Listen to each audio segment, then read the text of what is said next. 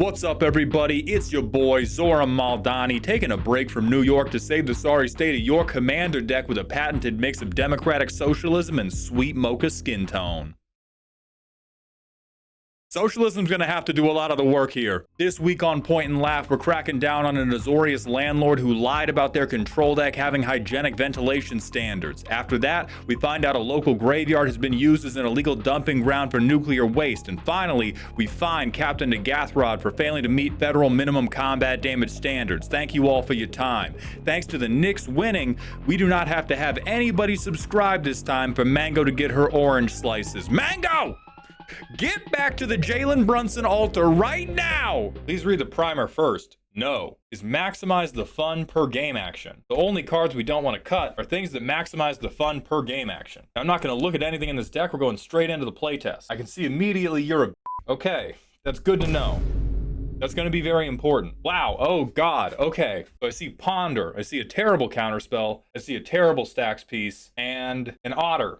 I don't know what this is maximizing. Okay, Esper Sentinel. I can kind of see that. Drawing cards is fun. You cast a non-creature spell. I'm gonna draw a card. That's gonna be fun. We're gonna keep the game going, because keeping the game going lets us have more fun, which is maximizing fun. I'm kind of with that. I play Lavinia, which makes no god sense in the thing you said. Like, this is the opposite of what you said. Dovin's Veto, the counterspell that makes you shut up. Okay, that's not maximizing fun. I'm gonna Ponder, because I don't have my f***ing land drop. What? Nani the fuck? Okay, so you lied. You lied is what's happening. That maximizes fun per game action. You'll see the math in the primer. What are you talking about? Fun equals cards drawn plus spells countered plus complaints filed. That's just not true. That we could just write anything down. I could write fun equals green mana spent. That doesn't make it true. We're doing like girl math for blue players. Opponent game actions resolve. So fun per game action is the cards I draw plus the counterspell, the counters I cast plus the complaints I get divided by the number of successful game actions my opponents resolve. I'm gonna be honest, that's kind of a letdown because I saw Council of Four and I was kind of excited for this to be some type of like I thought this was gonna be a really, really good group hug deck because I could see it. Bracket 4, you mother, because I could see an angle where we're going like, we're here to have fun, right? Drawing cards is fun. That's why I'm going to cast Force Fruition and make 5 copies of it. We're going to have so much fun as you deck yourself. I could even see it with a couple of like specific counterspells. Like this one, these two, they were doing, it's like, oh my god, casting that spell looks so fun. Here's 2 treasures, so you can cast the next one. Oh my god, casting that spell looks so fun. Let's both draw some cards so we can cast more spells. And then we just have dog shit. It's clean nothing. This is clean nothing. This is one funny PowerPoint slide before the most like PB&J with a crust cut off sandwich in the fucking world. I have so much fun when I play this deck. I love that for you. Well, boys, I think it's time to take somebody out. Hey, you know what they say. May the best dressed survive. Okay, number 1, that is not a saying. Number 2, he has a combo piece on his board. I just have my commander kill him. He's gonna untap and win. But even if I did, I'd look pretty good doing it, don't you think? He would look pretty good. Tommy, it's all coming at you. Why? What Tommy didn't know is that wearing decades-old workout memorabilia will increase your likelihood of being targeted first in a commander game by 11%. I'm Ranch, your fashion-based threat assessment consultant, and today we'll be diving in. What are you talking about? Why aren't you frozen? Are you saying he's killing me because I'm not dressed like you? That's ridiculous. I see. So your argument is that people don't treat each other differently based on how they look. You know it is not that simple. But Into the AM makes it that simple. With 3-packs, 6-packs, and 9-packs you can use to totally overhaul your summer wardrobe to... Who are you even addressing? Stop doing that! No, because Into the AM won't stop dropping new graphic tees every week of this campaign. Nope, that's it. I'm done. Goodbye. Wait, are you seriously leaving before I do the code? Tom, come back. It's an important part of the call to action. 16, oh my god. We're talking like GDP of a small island nation in this deck's budget. You're like a rat in a Skinner box. This is you right here. And it's just you pressing the dickhead switch over and over and over. Yeah, the button must do something. Like, you're the prototypical Azorius player. You're like who's the guy from Prometheus, like the designer? You're like that guy for dickhead blue players. 16 game changers, who hurt him? Nobody. This is not the deck of somebody that's been hurt. This is the deck of a greedy child who wants pizza for dinner. This might be why people hate proxies. It's why they should hate capitalism. Because this is just random bullshit go. We don't even have the beginnings of a plan. We just have, oh my god, the internet told me all these cards are good as fuck. Wow, good on you. We sideboarded Drannith Magistrate, you fucking child. Holy shit. My biggest beef with this deck is this maximizing fun per game action line is really funny. And then your definition of what maximizing fun per game action is takes all the funny out of it because it goes back to being a super normal blue player deck. And I believe there is a version of this deck that exists where you get to play as like the shithead blue player who genuinely believes they're maximizing the fun. Drannith maximized so much fun per game action I couldn't play the deck. Right, that's because Drannith is like, like comedy is about juxtaposition. You're doing juxtaposition wrong. Because you know what can maximize some fucking fun per game action? This is a card that would genuinely be funny in this deck. Because you play it and you tell people, oh my god, it looked like you had so much fun casting that spell. I'm going to cast Opt, and I'm going to let you play it again. Put that shit back in your hand. That's funny! You could be doing counter spells that are like Narset's Reversal. Same bit. Go, oh my god, that spell looks so fun. Do you mind if I have a turn? You can have it back, so you can have twice as much fun casting it again. That's awesome. Because like this guy, Council of Four, is just bad as a control commander. And so we've set up, we're like 90% of the way to maybe my favorite control deck bit that I've ever seen. And then we just refuse to get across the finish line. We were just like, what if the definition of fun was made up nonsense that wasn't fun at all? But we're so close. We're so close to be doing like the whole deck just being like, oh my god, that spell looks so fun. I'm gonna let you cast it one more time. What I was hoping for when I saw maximizing fun per game action, my deepest, darkest wish, we want this to be true in a way that is still fucked up and evil. That's how we maximize the hilarity of a deck behind this. But we just immediately go, oh, by the way, I was full of shit. By the way, I'm a fucking liar. Here's $10,000 on the table, dumbass. You could even get away with Ristic Study in the bit of maximizing fun per game action. It's like, what's fun? Drawing cards. That's why every time you take a game action, I'm going to draw a card to maximize fun. But no, we had to play Bird Teferi. So here's what I'll give you. This deck is incredibly well built. I never want to play against it in my life. I have no doubt that you are more than able to draw enough cards and make enough chump blockers that people have a very hard time killing you. You probably draw half the deck every single game.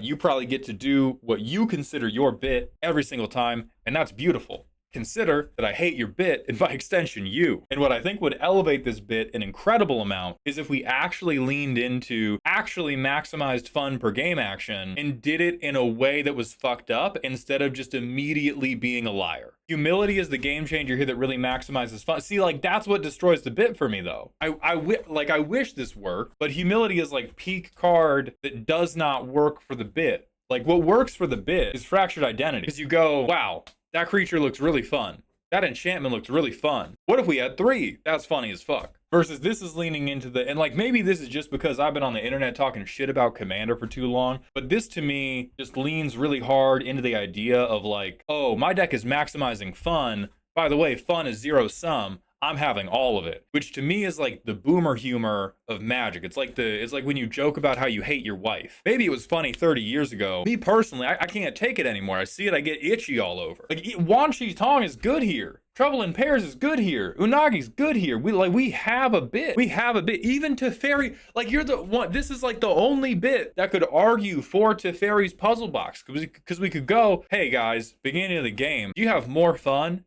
if you see more of your deck or less of your deck? They say more because they don't know what you're lining them up for. Then you play Teferi's puzzle box and they scream and you go, what are you talking about? This is so fun. I'm gonna let you see every card in your deck. And then they want to kill you. And then it's beautiful. I don't know what the fuck this is doing in here, but you gotta stop. This bit, I am maximizing fun per game action, has incredible potential. And I think you have let that potential down in a way that makes me very, very angry in my heart, in my soul, and in my grundle. But I do think he built a very good deck, and I do think it is a very good job of rage baiting people with all of these incredible expensive printings. That said, you are going to go over here, because you are a bitch, and I hate you. Now, if you wanted to be a bitch that I hated and also laughed at, I would really recommend Hullbreaker Horror. I genuinely think that is like the best possible card you can play in this deck because it is both an evil control piece and it does such a good job of leaning into the bit of maximizing fun per game action because you both get to return spells to your opponent's hand and you get to go, that permanent looks so fun to cast, I'm going to let you get twice as much fun by casting it a second time.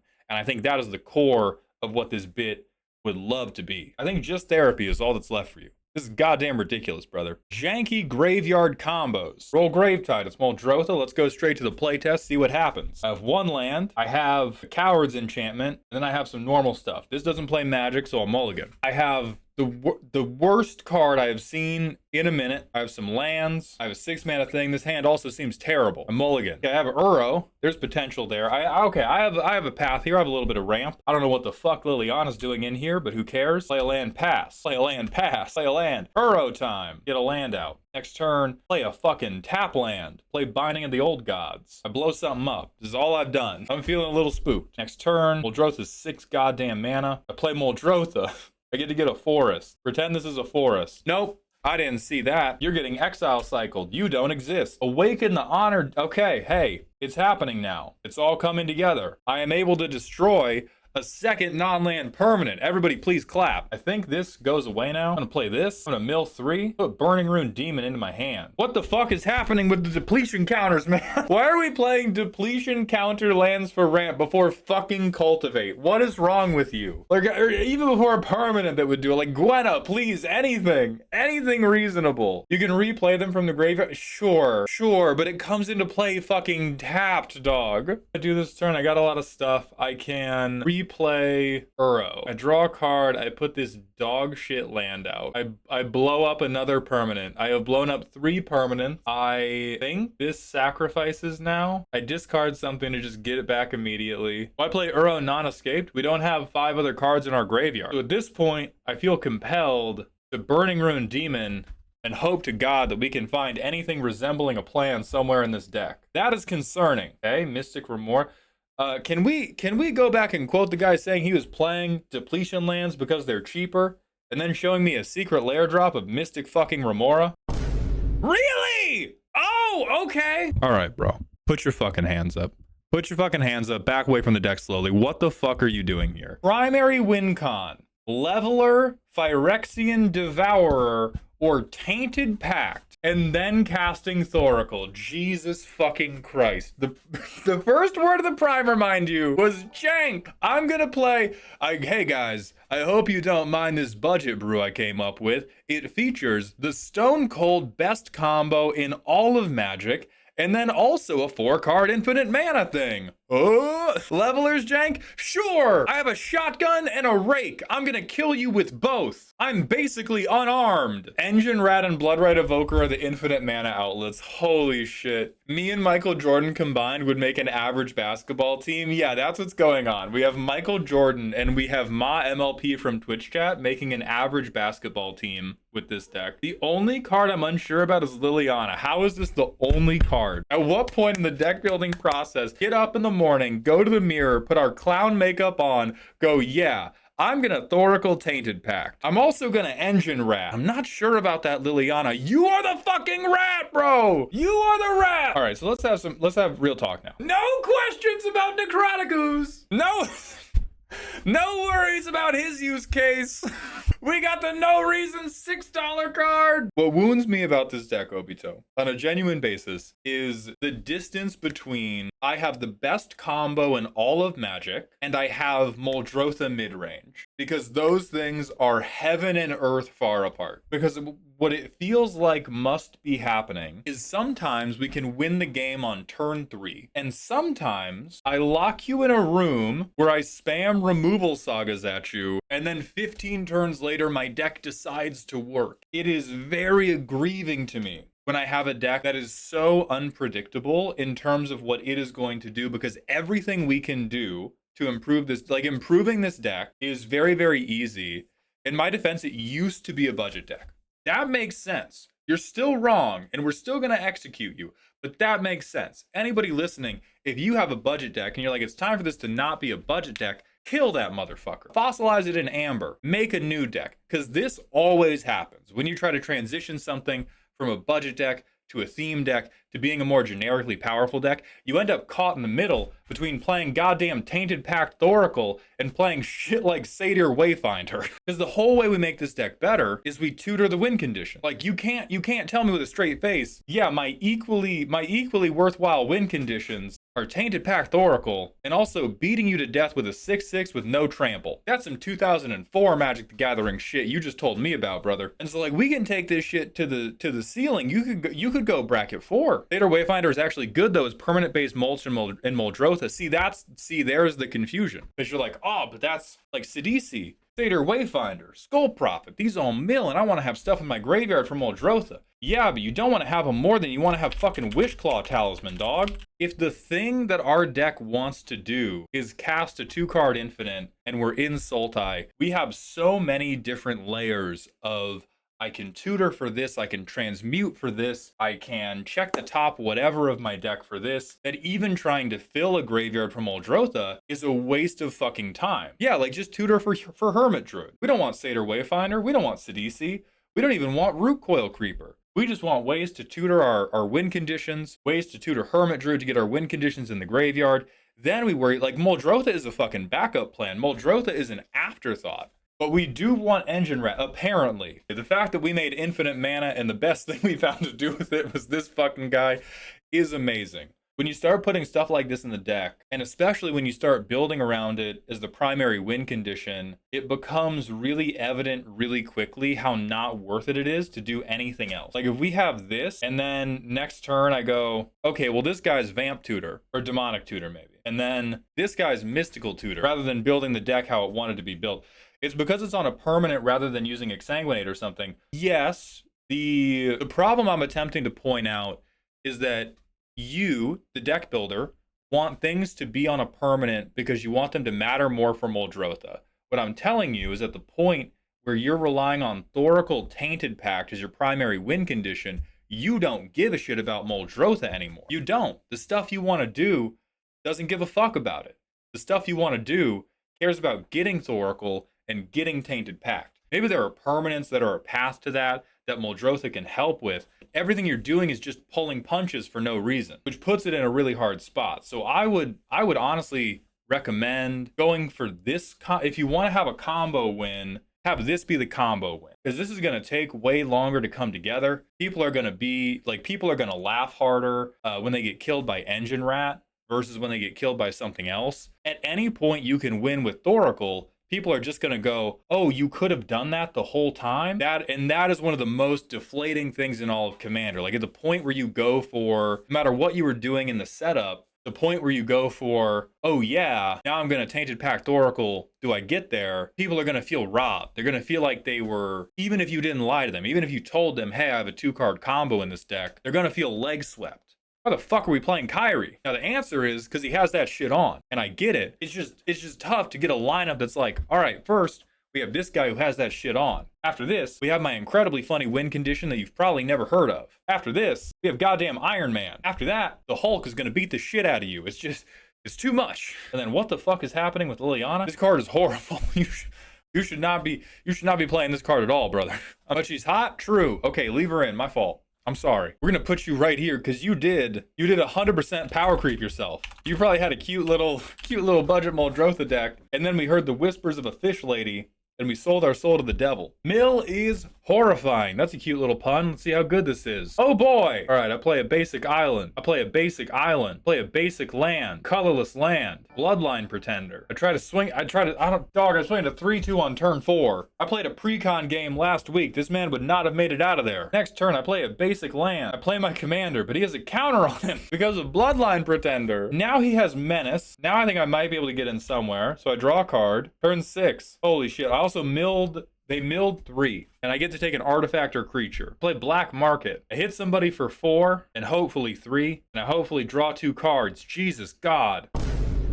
I think we might have downgraded the pre-con, boss. I think our plan is, goddamn, you better have some good creatures, because I don't. Because we're going to get to look at 42 cards and take the best creature or artifact amongst those 42 cards. There has to be something there, right? We're going to have at least one good creature. But then the whole fucking planet. I play this guy. I hope you don't kill me. And yeah, this guy's getting counters, not my. No, I'm only up to 2. Holy shit. I have a 4/4.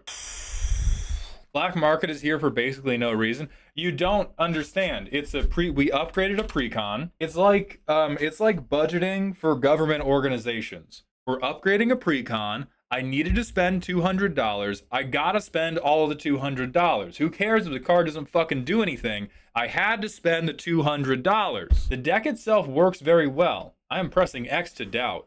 Currently, there are 4 cards I want to replace, but I want your inputs on what to use. The ramp package needs to work right now because it still has the base precon cards for ramp.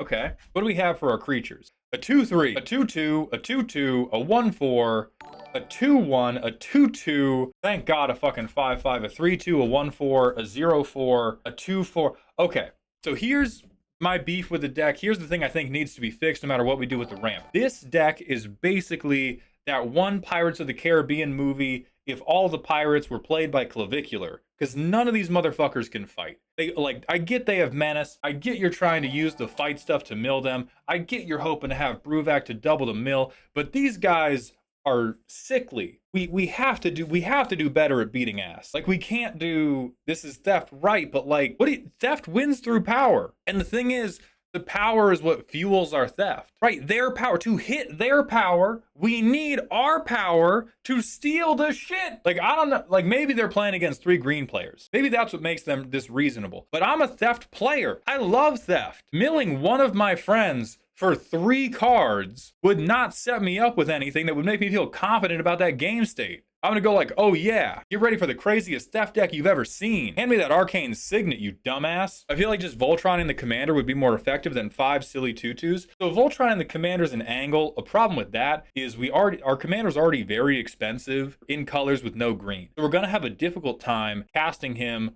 over and over and over again. It's gonna be very rough to cast him multiple times.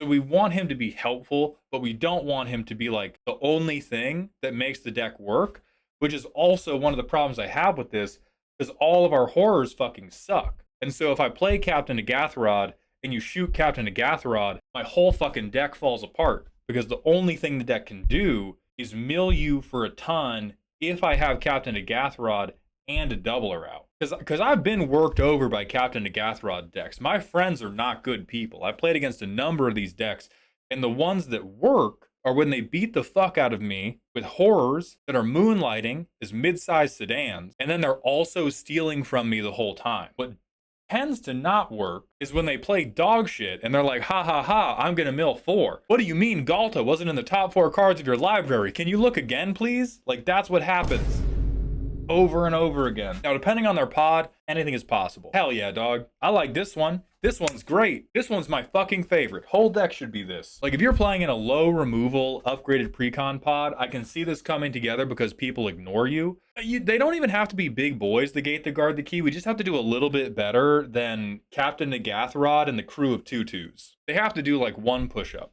This is one of the few commanders where I actually would recommend stuff like Patchwork Banner, because you have a pretty aggressive need to ramp, and especially when you have Menace, trying to layer some +1/+1s normally worth doing. I hate personally, I have a thing against shapeshifters. I think if you're doing a Typal deck, running a shapeshifter is admitting defeat, and you should just set the deck on fire. But if you're gonna run a shapeshifter, for this one you should be running Metallic Mimic instead of Bloodline Pretender. It's better to get some power spread across multiple horrors than stack it up on just one horror. You want to be overwhelming them with like 3 to 5 creatures. Eldrazi Monument would be, oh, this is way too expensive. Don't even do this.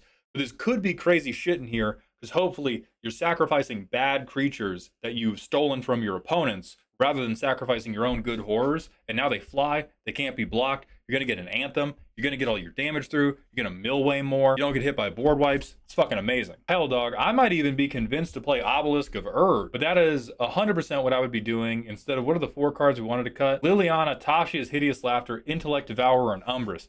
You should dump these for anything that can make your board stronger. We 8,000,000% need better ways, or I would be doing something that can give your board mass evasion. I would prefer to make the board stronger because, again, we have to threaten medium amounts of damage. If we can only threaten small amounts of damage, we are risking that we are never going to mill enough to get something good. Okay, so Mesmeric Orb also pretty fucking bad here. This is just pure rage bait. This can only be here as rage bait because this is mill that we can't even use for theft. So this is like you know what this should be instead of mill? This should be water crystal because this is still gonna make people mill a ton. This makes your shitty unblockable 1/1s and shitty unblockable 2/1s infinitely better as well, because now it's going from like, okay, instead of mill 2, you're gonna mill 6, bitch. And I'm stealing, it's in my mouth. I'm slavering all over your cards. So I would sell your fucking Mesmeric Orb, get yourself a water crystal right now. This is just too much mana. Like, you're not in green. Stop acting like you're rich. You have half of a credit card that your mom's a cosigner on, and you're in blue-black. What I would do instead of Keening Stone is I would get Riverturn Monument. We can play this on curve. We can mill people a little bit for only 1 mana every turn. And if we ever get a lot of mana, it can be in big over-the-top win condition. It's also only 193, so we can still buy it with all this goddamn Mesmeric Orb money. So those are all the cards you should consider. I think what I dislike here, our mill section is a little bit confused. We are pretending that we have way more money than we have. I also don't like Herald's Horn. We only have 29 creatures in the deck. It's really unlikely that we're gonna see and get extra horrors. If you want something like this for a mid-power deck, I would recommend Gathering Stone over it. This is basically just Herald's Horn, but infinitely better because it gives you a Surveil 1 as well. And so if we have a horror, great, I get it into my hand. If we don't have a horror, I still get to check, do I even want to draw this turn? If I don't, get out of here. And like, the 4 mana sucks, but again, if we're playing in bracket 2, low bracket 3, you can take turn 3, turn 4 to do this. Real Megumi Fushiguro shit over here. We got a lot of potential, but I think we're going down the wrong path. We keep trying to summon Maharaga, but we don't have Maharaga. It's just Clavicular.